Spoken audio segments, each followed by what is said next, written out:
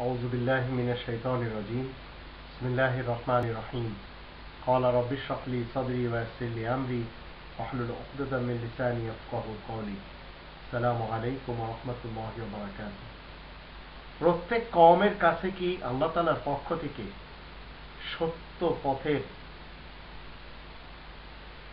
প্রদর্শক হিসেবে সত্য পথের উপরে চালানোর জন্য পরিচালনা করার জন্য পথ প্রদর্শক আসে?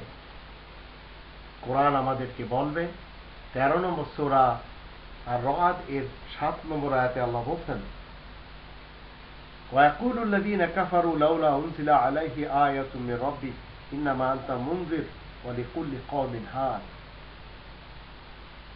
যারা কুফরি করে, আয়াত গোপন করে, তারা বলে তার প্রতিপালকের নিকট থেকে তার নিকট কোনো নিদর্শন অবতীর্ণ কেন হয়নি? তুমি তো কেবল সতর্ককারী এবং প্রত্যেক সম্প্রদায়ের জন্য আছে পথ প্রদর্শক। পৃথিবীতে এমন কোনো সম্প্রদায় নেই, এমন কোনো জাতি নেই, এমন কোনো গোষ্ঠী নেই যেখানে আল্লাহ তাআলার পক্ষ থেকে পথ প্রদর্শক হিসেবে কাউকে পাঠানো হয়নি।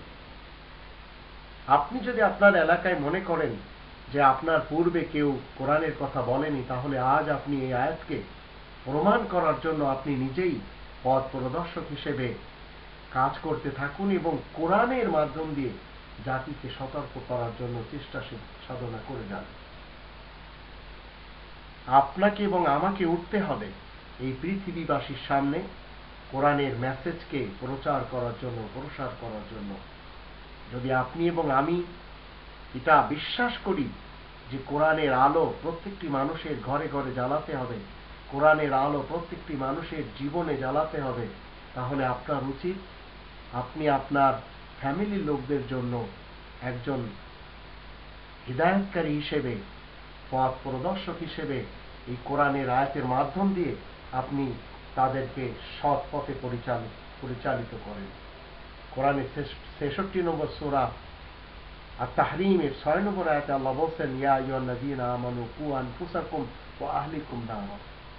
তোমরা যারা ঈমান এনেছো, শোনো, তোমরা নিজেদেরকে অতঃপর নিজ পরিবার পরিজনদেরকে সেই আগুন থেকে বাঁচানোর চেষ্টা করো যার ইন্ধন হবে মানুষ এবং পাথর।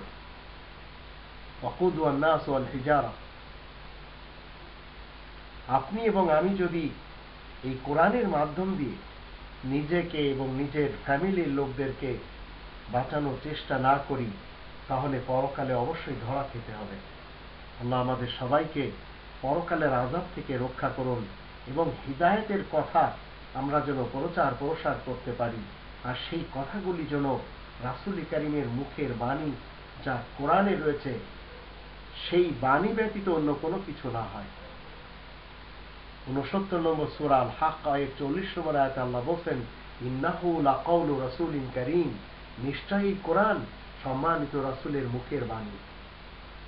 43 নম্বর আয়াতে আল্লাহ বলেন, তানজিলুম মির রাব্বিল আলামিন। রাসূল কারীমের মুখের বাণী রব্বুল আলামিনের পক্ষ থেকে এসেছে একটি গ্রন্থ আকারে। এই গ্রন্থের কথা আমরা যেন মানুষের সামনে বলতে পারি, মানুষের সামনে তুলে ধরতে পারি, নিজেরাও যেন এর উপরে আমল করে জীবন কাটাতে পারি। আল্লাহ সেই তৌফিকটুকু আমাদেরকে দান করুন।